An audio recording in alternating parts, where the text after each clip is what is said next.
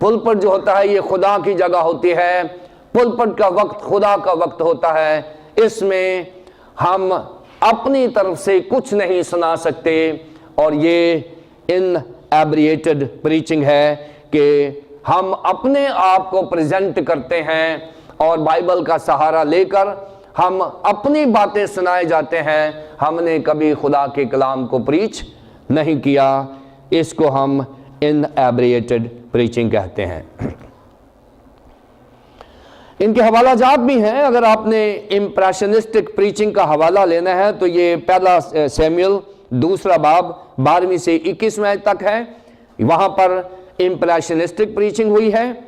پھر بائبل میں ان ایبریٹڈ پریچنگ کے بارے میں عبرانیوں 3 باب کی 7ویں آیت میں اور یوحنا 6 باب کی 63ویں آیت میں اس کا ذکر ہے۔ اب تیسری قسم کی پریچنگ ہے جو پاسبانوں پر ذمہ داری ہے، اس کو ہم کہتے ہیں انسپائرڈ پریچنگ۔ انسپائرڈ پریچنگ، اور یہ پریچنگ وہ ہوتی ہے جس کا ذکر زبور 119 میں 130ویں آیت میں، زبور 119 کے 130ویں آیت میں بیان کیا گیا ہے کہ تیری باتوں کی تشریح نور بخشتی ہے، وہ سادہ دلوں کو عقل مند بناتی ہے۔ سو یہ وہ انسپائرڈ پریچنگ ہے جو خدا کے کلام کے نیچے رہ کر، اس کے کنٹرول میں رہ کر، خدا کے کلام کا خادم بن کر ہم خدا کے کلام کو پیش کرتے ہیں، جیسا کلام کہتا ہے ویسا ہم آگے لوگوں کو میسج دے دیتے ہیں۔ سو اگر ہم پہلی 2 پریچنگز کرتے ہیں تو اس کا مطلب یہ ہے کہ ہم وہ معیاری پریچر نہیں ہیں جو بائبل کہتی ہے۔ بائبل انسپائرڈ پریچنگ کو ریکمینڈ کرتی ہے کہ بائبل روح القدس کے نیچے جو سپیکر ہوتے ہیں ان کو بلیس کرتی ہے اور ان کے وسیلے سے خدا کا کلام آگے جاتا ہے۔ یہ پاسبانی ذمہ داریاں ہیں، اس لیے میں نے پہلے بتایا ہے کہ پاسبان کی ذمہ داری پریچنگ کرنا بھی ہے، کیونکہ ہم آج سے پاسبانی خطوط کا مطالعہ کرنے لگے ہیں۔ اس میں کوئی شک نہیں ہے کہ اس میں ہم پریچنگ سکلز بھی سیکھیں گے اور ساتھ ساتھ ہم اس کی انڈرسٹینڈنگ بھی لیں گے، لیکن جو فائدہ ہمیں ہوگا یہ ہوگا کہ ہم جو خدمت میں ہیں یا خدمت کے لیے تیار ہو رہے ہیں، ہمیں بطور پاسبان علم ہو جائے گا کہ بطور پاسبان میری انفرادی زندگی کیسی ہونی چاہیے، خاندانی زندگی کیسی ہونی چاہیے، پبلک لائف کیسی ہونی چاہیے، پرائیویٹ لائف کیسی ہونی چاہیے، کلیسیائی زندگی کیسی ہونی چاہیے۔ یہ چیزیں ہماری زندگی میں امپروو ہوں گی اگر ہم ان خطوط کا مطالعہ کریں گے۔ ہمیں پریچنگ سکلز تو ملیں گی ہی، لیکن اس کے ساتھ ساتھ ہماری روحانی ترقی بھی ہوگی۔ سو یہ دونوں چیزیں ریکوائرڈ ہیں، یعنی ہمیں انٹلیکچولی بھی ٹھیک ہونا ہے اور ہمیں اسپرچولی بھی ٹھیک ہونا ہے۔ یہ ہمارے لیے فائدہ ہوگا ان خطوط کا مطالعہ۔ نئے عہد نامے کی 27 کتابوں میں سے 14 کتابیں جو ہیں وہ ایک شخص کے نام پر منسوب کر دی گئی ہیں، جنہیں خطوط کا نام دیا گیا ہے، اور ان کا رائٹر مقدس پولس رسول ہیں۔ اگر آپ اس کو ساؤل کہیں گے تو یہ اس کا عبرانی نام ہوگا، اگر آپ اس کو پولس کہیں گے تو یہ اس کا یونانی نام ہوگا، اگر آپ اس کو پالوس کہیں گے تو یہ اس کا لاطینی نام ہوگا۔ سو کوئی بھی بولیں گے یہ غلط نہیں ہے، لیکن مقدس پولس رسول کا جو نام پولوس استعمال ہوا ہے، یہ پہلی بار اعمال 13 میں سے شروع ہوا ہے۔ اس سے پہلے یہ ساؤل تھا۔ کچھ لوگ کہتے ہیں یہ اعمال 9 میں چینج ہوا ہے، نہیں، یہ ایکٹس 9 میں نہیں، یہ بیسیکلی پہلی دفعہ پولس جو انٹروڈیوس ہوا ہے اس کا نام وہ ایکٹس 13:9 میں ہوا ہے کہ سول جو پولس کہلاتا ہے، اور پہلی دفعہ اس کو ایڈریس کیا گیا ہے 13:13 میں، اعمال 13:13 میں اس کو پولس، اور اس کے بعد تھرو آؤٹ دا اسکرپچر اس کا نام پولس استعمال کیا گیا ہے۔ 14 کتب جو ہیں وہ اس کے نام پر منسوب ہیں، ان میں سے 10 جو لیٹرز ہیں وہ کلیسیاؤں کے نام لکھے گئے ہیں۔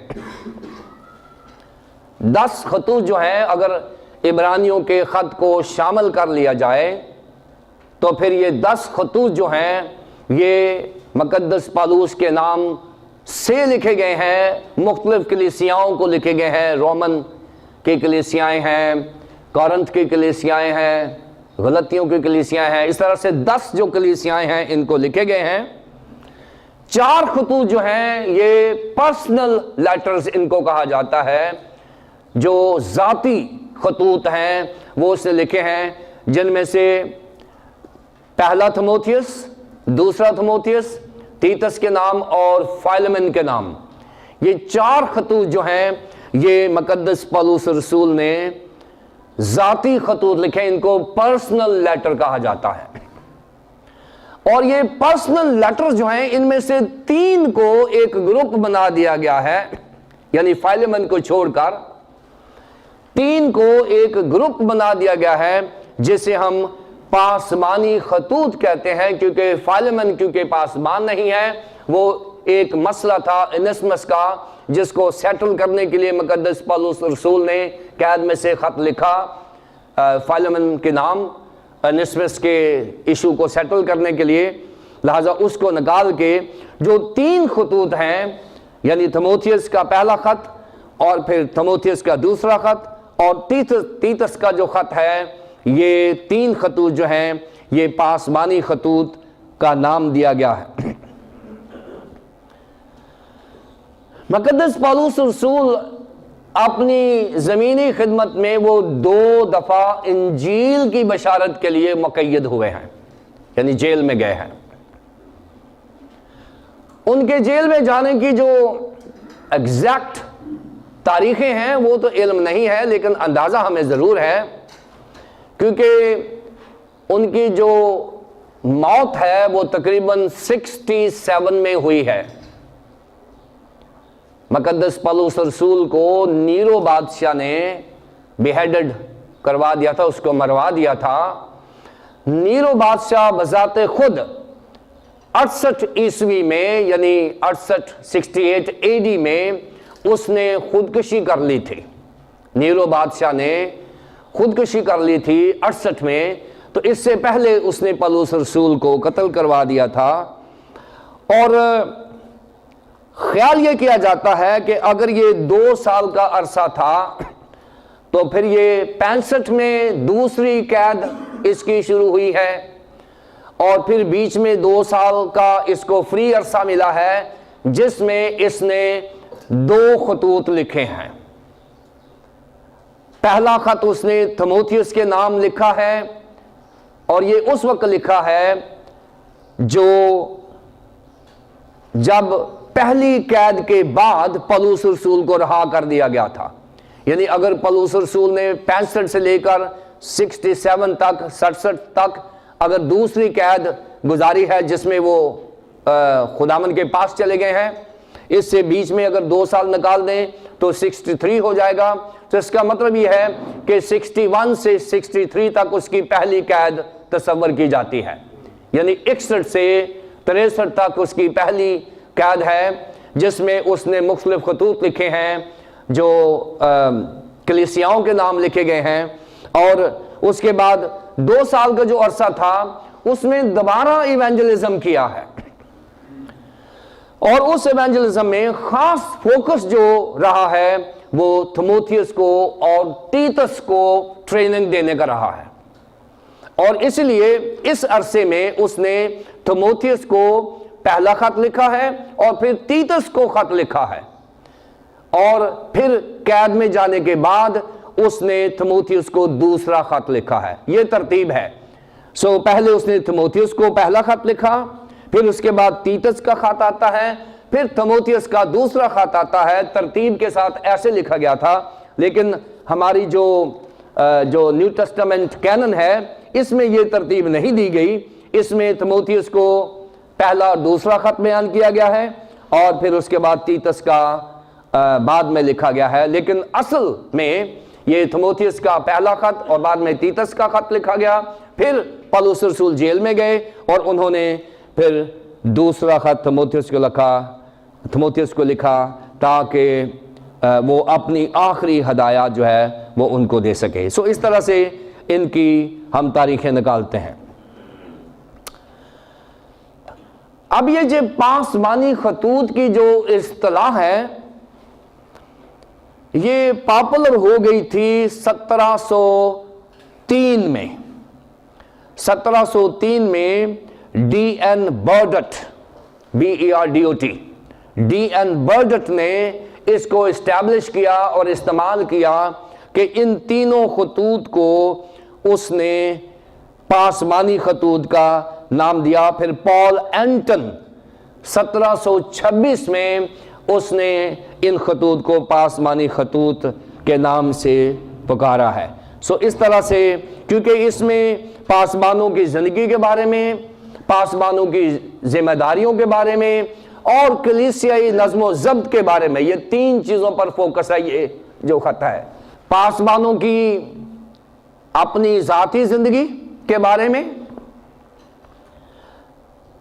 نمبر 2 ان کی ذمہ داریوں کے بارے میں, اور نمبر 3 چرچ آرڈر یعنی کلیسیائی نظم و ضبط کے بارے میں بتایا گیا ہے. اس لیے ان کو پاسبانی خطوط کا درجہ دیا جاتا ہے. پاسبانی خطوط میں سے بہت ساری چیزیں جو ہیں ہمیں ملتی ہیں اگر ہم پولس رسول کے 3 مشنریز جرنیز کا مطالعہ کرتے ہیں. اور اگر آپ ان کا مطالعہ کرنا چاہیں تو مقدس پولس رسول کا پہلا مشنری سفر جو ہے, بشارتی سفر جو ہے, یہ اعمال کی کتاب اس کے 13ویں اور 14ویں باب میں ہے. پھر اس کا دوسرا مشنری سفر جو ہے وہ اعمال 15 باب کی 36ویں آیت سے لے کر 18 باب کی 22ویں آیت تک ہے. پھر اس کے بعد تیسرا مشنری سفر جو ہے وہ 18 باب کی 23ویں آیت سے لے کر 21ویں باب کی 14ویں آیت تک ہے. یہ سفر ہم پڑھیں گے تو ہمیں مل جائے گا. پاسبانی خطوط کے مصنف کے بارے میں بہت ہی کلیئر ہے, کیونکہ جب ہم دیکھتے ہیں تو یہ شروع ہی ایسے ہوتے ہیں پولس کی طرف سے جو ہمارے منجی خدا اور ہمارے امیدگاہ مسیح یسوع کے حکم سے مسیح یسوع کا رسول ہے. خط کے آغاز میں سے ہی مقدس پولس رسول جو ہیں وہ اپنا نام انٹروڈیوس کروا دیتے ہیں. جیسے عبرانیوں میں انونیمس ہے, نام نہیں موجود, وہاں شکوک و شبہات پیدا ہو گئے ہیں کہ وہ کس نے لکھا ہے, لیکن اس کے بارے میں بھی بہت سارا علم ہمیں ملتا ہے کہ وہ مقدس پولس رسول نے ہی لکھا ہے. لیکن ان خطوط کے بارے میں کوئی شک و شبہ نہیں ہے کہ یہ مقدس پولس رسول نے ہی لکھے ہیں. لیکن مسیحیت کی خوبصورتی یہ ہے کہ مسیحیت پر اگر کوئی تنقید کرتا ہے تو مسیحیت نے ہمیشہ نقادوں کی رسپیکٹ کی ہے. مسیحیت کبھی بھی جو کرٹکس ہوتے ہیں ان کے اوپر کبھی بھی وہ غصہ نہیں کرتے, کیونکہ مسیحیت نام ہی برداشت کا ہے اور معافی کا ہے. اس لیے کچھ لوگوں نے اعتراض بھی کر دیا ہے کہ کیا یہ واقعی پولس رسول نے لکھے ہیں. اعتراض کرنے والا جو معترض ہے اس نے 4 چیزوں کا سہارا لیا ہے. وہ کہتا ہے کہ مجھے شک ہے کہ یہ مقدس پولس رسول نے نہیں لکھے, جبکہ مقدس پولس رسول نے اپنا نام استعمال کیا ہے لکھنے سے پہلے پولس کی طرف سے. لیکن چلیں اعتراضات کو بھی دیکھ لیتے ہیں، یہی مسیحیت کی خوبصورتی ہے۔ معترض یہ کہتا ہے کہ جو ہسٹری ہے، تاریخی طور پر، جغرافیائی طور پر جب ہم ان خطوط کو دیکھتے ہیں تو وہ یہ کہتے ہیں کہ اعمال کی کتاب جو مین سورس ہے پولس رسول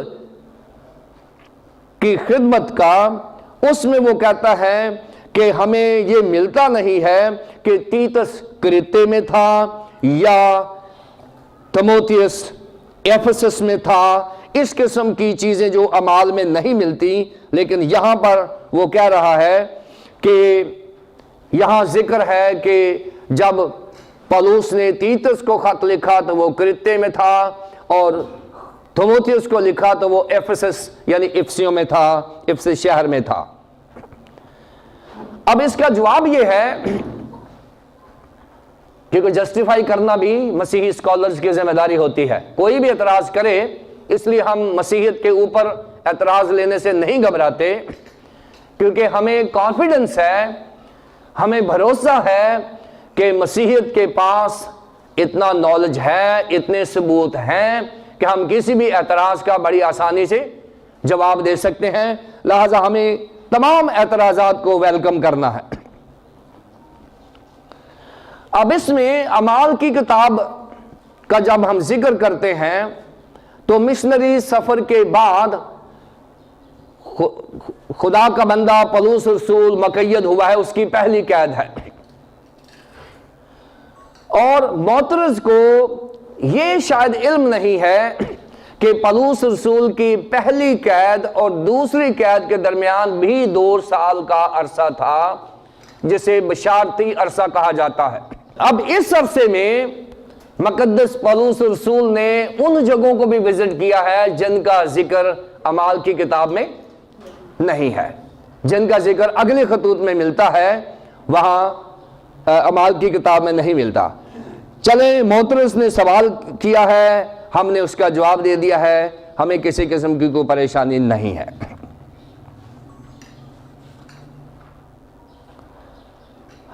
اب اعتراض کرنے والا ایک اور اعتراض کرتا ہے، وہ کہتا ہے، اس کو ہم ہسٹوریکل آبجیکشن کہتے ہیں۔ پہلا ہے ہسٹوریکل آبجیکشن، دوسرا ہے ایکلیزیاسٹیکل آبجیکشن، اب جو میں ذکر کرنے لگا ہوں۔ پہلا اعتراض کیا ہے اعتراض کرنے والے نے ہسٹوریکل آبجیکشن، دوسرا ہے ایکلیزیاسٹیکل آبجیکشن، کلیسیائی اعتراض کیا، وہ کیا ہے؟ وہ کہتا ہے کہ پہلی صدی میں جب پولس رسول نے یہ خط لکھا تھا تو اس وقت کلیسیائی آفیسز نہیں تھے، بشپ کا آفس نہیں تھا، پریسبیٹری کا آفس نہیں تھا، ڈیکنز کا آفس نہیں تھا، لہذا کلیسیائی نظام کے بارے میں یہاں جو ذکر کیا گیا ہے پہلی صدی میں نہیں تھا، اس لیے مجھے شک پڑتا ہے کہ یہ کسی اور نے لکھا ہے، یہ شاید 3ری، 4تھی، 5ویں، 6ٹھی صدی میں یہ خط لکھا گیا، کیونکہ اس وقت کلیسیائی نظام جو ہے وہ اپسکپل نظام رائج ہو چکا تھا، شاید اس لیے معترض کہتا ہے کہ یہ خط پولس نے نہیں لکھا، اور اس کا جواب یہ ہے کہ گو کہ اس وقت کلیسیائی نظام نہیں تھا، لیکن اس وقت یہ جو پریسبیٹر ہے، جسے ہم ایلڈر کا ترجمہ کرتے ہیں، اور ڈیکن ہے، ڈیاکنوس ہے، جسے ہم خادم کا ترجمہ کرتے ہیں، یہ اور ایپسکوپس ہے یعنی بشپ کا جو آفس ہے، یہ انٹرچینجیبل تھے، یہ سارے خدام کے اس میں آتے تھے، اس میں کوئی شک نہیں ہے کہ پہلی صدی میں یہ انڈیپینڈنٹ آفس نہیں تھے، یہ خدمت کے زمرے میں آتے تھے۔ سو اس لیے پہلی صدی میں چرچ کا انتظام تو نہیں تھا، لیکن یہ سارے انٹرچینجیبل تھے، اس لیے پولس رسول نے سسٹم کی بات نہیں کی، وہاں پر خادم اور خدمت کی بات کی ہے۔ سو یہ بھی اعتراض ایسا اتنا اسٹرانگ نہیں ہے۔ تیسرا جو ہے وہ ہے ڈاکٹرائنل آبجیکشن۔ ڈاکٹرائنل آبجیکشن یعنی مسیحی عقائد کے اعتراضات۔ معترض یہ کہتا ہے کہ ان خطوط میں ڈاکٹرن کم ہے، اس لیے یہ خطوط پولس کے نہیں ہو سکتے، کیونکہ پولس تو ہمیشہ مسیحی عقائد کی بات کرتا ہے۔ اور یہاں اس کا جواب یہ ہے کہ یہ خطوط اس لیے پاسمانی خطوط کہلائے گئے ہیں اور کہلائے جاتے ہیں کیونکہ ان میں ڈاکٹرائنل ایشوز کو زیادہ فوکس نہیں کیا گیا، زیادہ انتظامی چیزوں کو بحال کیا گیا ہے، اس لیے یہ ڈاکٹرائنل فوکس نہیں ہے، یہ آرگنائزیشنز کے اوپر زیادہ فوکس کرتے ہیں۔ اب ایک بہت بڑا اعتراض ہے جو معترض نے کیا ہے، وہ ہے لنگوسٹک آبجیکشن۔ لنگوسٹک آبجیکشن، وہ یہ کہتے ہیں کہ جو زبان استعمال ہوئی ہے ان خطوط میں وہ پولس رسول کی نہیں ہے۔ اعتراض کرنے والا بڑی خوبصورتی سے لاجیکلی ڈیولپ کر رہا ہے کہ یہ خط پولس کا نہیں ہے، لکھا ہوا نہیں ہے، کیونکہ اس کی لینگویج جو ہے وہ پولس رسول کی نہیں ہے۔ اب اس کا جواب سنیں، اس کا جواب کیا ہے؟ ان خطوط کی، تینوں خطوط کی جو وکیبلری ہے، جو ذخیرہ الفاظ ہے ہمارے پاس، وہ 902 الفاظ ہیں۔ 902 الفاظ ہیں جو ان خطوط میں استعمال کیے گئے ہیں، اور 902 الفاظ میں 54 یعنی 54 الفاظ جو ہیں یہ پراپر ناؤن ہیں، یعنی کسی چیز یا کسی شخص یا کسی جگہ کا نام ہے جسے اسم معرفہ کہتے ہیں۔ اب یہ جو 54 ہے یہ اسم معرفہ ہیں 902 میں سے۔ 306 الفاظ جو ہیں یہ پولس رسول کے کسی خط میں نہیں ملتے جو یہاں موجود ہیں۔ پولس رسول کی جو دیگر لینگویج ہے، الفاظ ہیں، وکیبلری ہے، دوسرے خطوط میں یہ نہیں ملتے، یعنی اس نے یہ نئے لفظ ڈالے ہیں۔ 175 الفاظ ایسے ہیں جو پورے نئے عہد نامے میں نہیں ہیں، صرف ان 3 خطوط میں موجود ہے، یعنی 306 جو الفاظ ہیں، یعنی 306 جو الفاظ ہیں یہ وہ ہیں جو نیو ٹیسٹامنٹ میں موجود ہیں لیکن پولس رسول کے خطوط میں نہیں ہے، یہاں موجود ہیں۔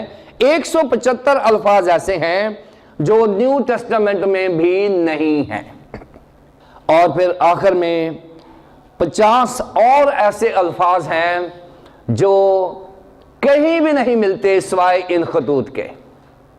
سو یہ جو وکیبلری ہے اس کی، اس میں کوئی شک نہیں ہے۔ اعتراض کرنے والا تو ضرور یہ کہتا ہے کہ وکیبلری بھی پولس کی نہیں ہے، تو پھر یہ خطوط کس نے لکھے ہیں؟ اب یہاں دیکھیں اس کا جواب کیا ہے۔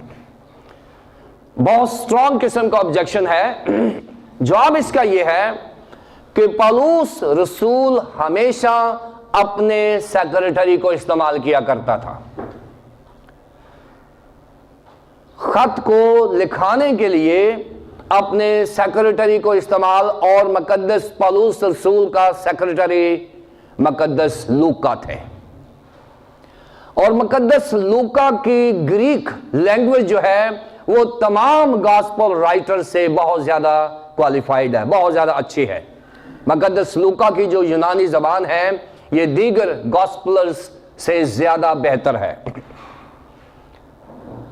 اب جواب اس کا یہ ہے کہ یہ جو سیکریٹریز ہوتے تھے مقدس پولس سے یہ پورا جو سکرپٹ لے لیتے تھے، پھر اس کو ادبی لینگویج میں جا کے خود لکھتے تھے، یعنی ڈکٹیشن وہ لے لیتے تھے، پھر اسی خیال کو خوبصورت رائٹنگ میں تبدیل کرتے تھے، اور سیکریٹریز کے پاس یہ اختیار ہوتا تھا کہ عبارت کو خوبصورت کرنے کے لیے وہ اپنے علمی جوہر کا استعمال کر سکتے ہیں۔ یہ کسی بھی سیکریٹری کو اجازت ہوتی ہے، لیکن خیال نہیں بدلا جا سکتا۔ الفاظ بدلے جا سکتے ہیں نہیں ڈالے جا سکتے ہیں، خیال نہیں بدلا جا سکتا۔ سو یہاں پولس رسول کے خیالات وہی ہیں جو روح القدس نے اسے دیے ہیں، لیکن اس کا جو لکھاری ہے، جو ڈکٹیشن لیتا ہے، جس نے لکھا ہے وہ مقدس لوکا ہیں جنہوں نے یہ لکھا ہے۔ سو یہ تمام آبجیکشن جو ہیں یہ سیٹل ہو جاتے ہیں۔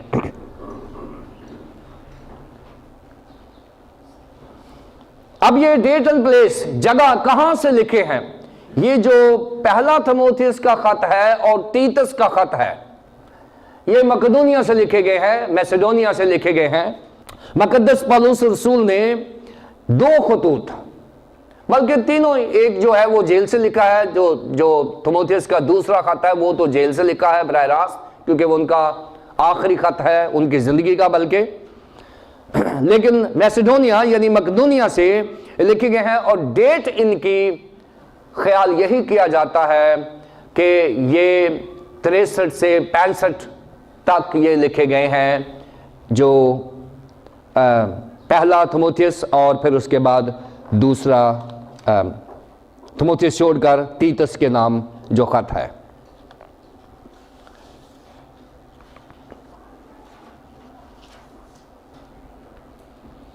ڈیسٹینیشن، کس کو اور کہاں لکھا گیا خط، یہ خطوط جو ہیں، پاسمانی خطوط جو ہیں، یہاں بالکل کلیئر ہے کہ تیتس جو ہے وہ کرتے میں موجود ہے۔ اگر آپ اس کو دیکھیں گے تو وہ اس میں ہمیں پتہ بھی چل جائے گا، لکھا ہے کہ پولس کی طرف سے خدا کا بندہ اور یسوع مسیح کا رسول ہے، خداوند کے برگزیدوں کے ایمان اور اس کے حق کی پہچان کے مطابق جو دینداری کے موافق اس کی ہمیشہ کی زندگی میں۔ یہاں جو جگہ بتائی گئی وہ کرتے میں، یعنی تیتس جو ہے وہ کرتے میں موجود ہے جب خداوند کے بندہ نے اس کو خط لکھا ہے۔ اب جو تیموتھیوس ہے یہ افسس میں موجود ہے۔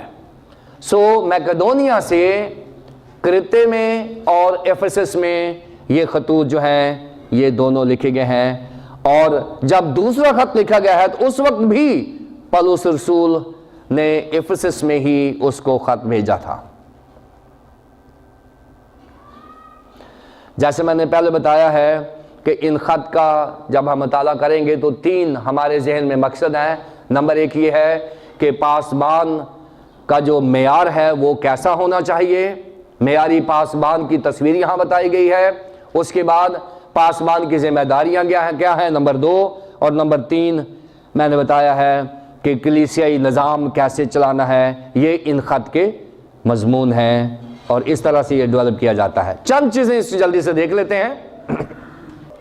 یہاں پر خادموں کی کوالیفیکیشن کے بارے میں، نمبر 2 ان کی ڈیولپمنٹ کے بارے میں، نمبر 3 لیڈرز کی پروموشن کے بارے میں، نمبر 4 کلیسیائی نظام کے بارے میں، نمبر 5 ڈسپلن، کلیسیائی نظام ڈسپلن کے بارے میں یعنی ڈسائپلشپ کے بارے میں، اور نمبر 4 کہ انفرادی طور پر اور انتظامی طور پر کیا گولز سیٹ کرنے ہیں، اس کے بارے میں بتایا گیا ہے، اور پھر نمبر 6 پہ اچھی گورننس کے بارے میں بتایا گیا ہے۔ اور یہ خطوط ہماری مدد کریں گے پاسبانوں کی جو اپنی اپنی کلیسیاؤں میں کام کر رہے ہیں، اور اس طرح سے وہ خداوند کے کلام کے خادم بنے ہوئے ہیں۔ آئیے ایک حوالہ دیکھتے ہیں، پہلا تیموتھیوس اس کا 3 باب اور 14 اور 15 آیت۔ یہاں پر اس کا تھیم بیان کیا گیا ہے، یہ تھیم ورس ہے اس کی، پہلا تیموتھیوس 3 باب اس کی 14 اور 15 آیت میں یہاں لکھا ہے کہ میں تیرے پاس جلد آنے کی امید کرنے پر بھی یہ باتیں تجھے اس لیے لکھتا ہوں کہ اگر مجھے آنے میں دیر ہو تو تجھے معلوم ہو جائے کہ خدا کے گھر، یہاں مقصد تھیم بتا دیا گیا ہے، یعنی زندہ خدا کی کلیسیا میں جو حق کا ستون اور بنیاد ہے، کیوں کر بتاؤ کرنا چاہیے۔ یہ تھیم ہے اس پورے خط کا بتایا گیا ہے کہ میں تیرے پاس جلد آنے کی امید میں ہوں، اور اگر دیر بھی ہو جائے تو تجھے علم ہو جائے کس بات کا؟ کہ خدا کے گھر یعنی زندہ خدا کی کلیسیا میں جو حق کا ستون اور بنیاد ہے کیوں کر بطور کرنا چاہیے۔ یہاں بتا دیا گیا ہے کہ کس طرح سے خدا کے خادم نے خدا کی کلیسیاؤں کو لے کر آگے چلنا ہے۔ اب یہ چند چیزیں ہیں جو ہم نے ایک جنرل خیالات جو ہیں وہ اکٹھے کیے ہیں۔ آئندہ ہم ورس بائی ورس اس کو دیکھیں گے، اس کی آؤٹ لائن میں آج دے کر جاؤں گا تاکہ ہمیں علم ہو کہ ہم آگے کیا کریں گے۔ یہ ایک جنرل خاکہ ہے، پالوس نے لکھا، تیموتھیوس کو لکھا، کہاں سے لکھا، کب لکھا، یہ ساری چیزیں۔ آئیے ہم اس کی سٹیٹسٹکس دیکھتے ہیں، شماریات دیکھتے ہیں کہ شماریات کیا ہے۔ پہلا تیموتھیوس جو ہے یہ بائبل مقدس میں اس کا جو نمبر ہے کتاب کا، یہ 54 یعنی 54واں نمبر ہے۔ 6 اس کے ابواب ہیں، 113 اس کی آیات ہیں، 2269 اس کے الفاظ ہیں، اور یہ کیلکولیشن گریک لینگویج سے کی جاتی ہے، ترجمے سے نہیں کی جاتی۔ ایک اس میں سوال ہے، 106 تاریخی آیات ہیں، 5 آیات جو ہیں یہ پیشن گوئیوں کی تکمیل کا بیان کرتی ہیں، اور 2 ایسی آیات اس میں پائی جاتی ہیں پہلے تیموتھیوس میں جو ابھی تکمیل تک نہیں پہنچی۔ اسی طرح دوسرے تیموتھیوس کے 4 باب اور اس کی 83 یعنی 83 آیات ہیں۔ ٹائٹس یعنی تیتس کے 3 ابواب ہیں اور 46 آیات ہیں۔ سو ٹوٹل ہم نے اس کورس میں جو مطالعہ کرنا ہے تینوں کتابوں کا وہ 13 ابواب اور 242 آیات ہیں جن کا ہم نے آئندہ سال میں مطالعہ کرنا ہے۔ جلدی سے ہم پہلا تیموتھیوس کی آؤٹ لائن دیکھتے ہیں کہ وہ کیا ہے، کہ ہم کیسے یہ آؤٹ لائن آپ کے پاس جائے گی اور آپ کے پاس رہے گی تاکہ ہمیں پتہ ہو کہ اگلے چند مہینوں میں ہم نے اس کو کیسے کرنا ہے۔ ہم نے اس کے 19 اسباق بنائے ہیں، یعنی پہلے تیموتھیوس کو ہم 19 اسباق میں کور کر جائیں گے۔ میں نے آؤٹ لائن بنائی ہے اس کی۔ پہلے باب کی پہلی 2 آیات میں ہم آداب و تسلیمات ہیں اس کا مطالعہ کریں گے جو ہمارا اگلا لیسن ہوگا۔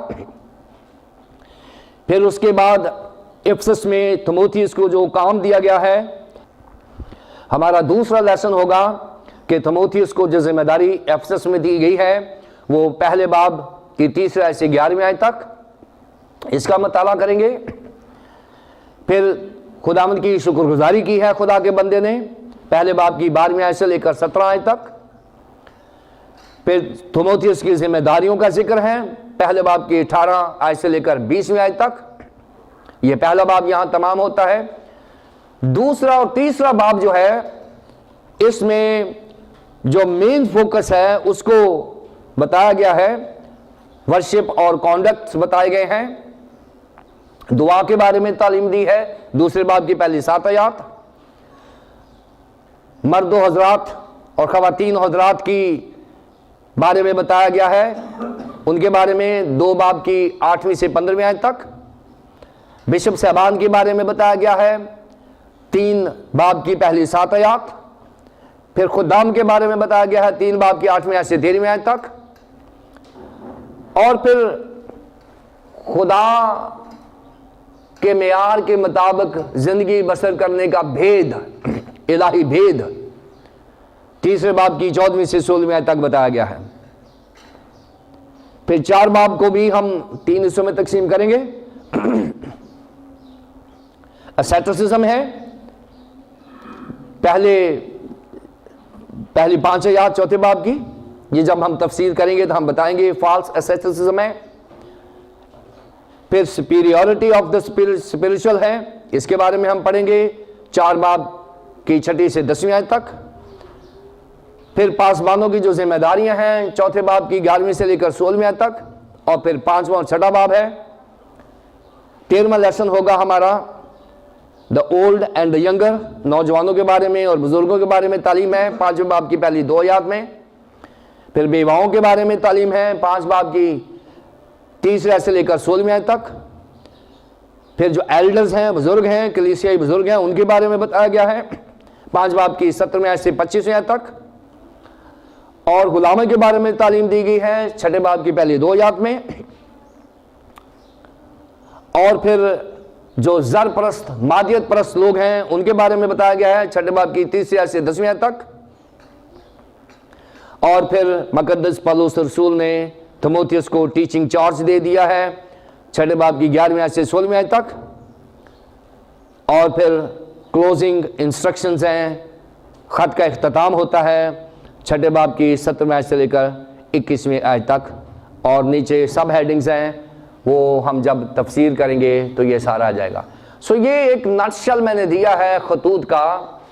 آئندہ لیسن جو ہمارا ہوگا وہ پہلی 2 آیات پر ہوگا، جس میں تسلیمات، آداب و تسلیمات کا ذکر ہے، اور اس کو ہم ڈیٹیل کے ساتھ کریں گے، اور مزید تیموتھیوس اور پولس کے بارے میں ہمیں علم حاصل ہوگا۔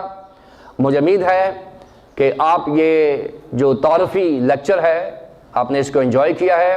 اس کے نوٹس انٹرنیٹ پہ بھی موجود ہیں، ہم آپ کو دیں گے تاکہ آپ اپنے گھر میں جا کے مزید اس کا مطالعہ کر سکیں، اور آئندہ سے ہم اس کی پراپر تفسیری مطالعہ میں جائیں گے، اس کا جو پراپر تفسیر ہے اس میں جائیں گے، اور یہ کورس ہمارا پورا سال چلتا رہے گا۔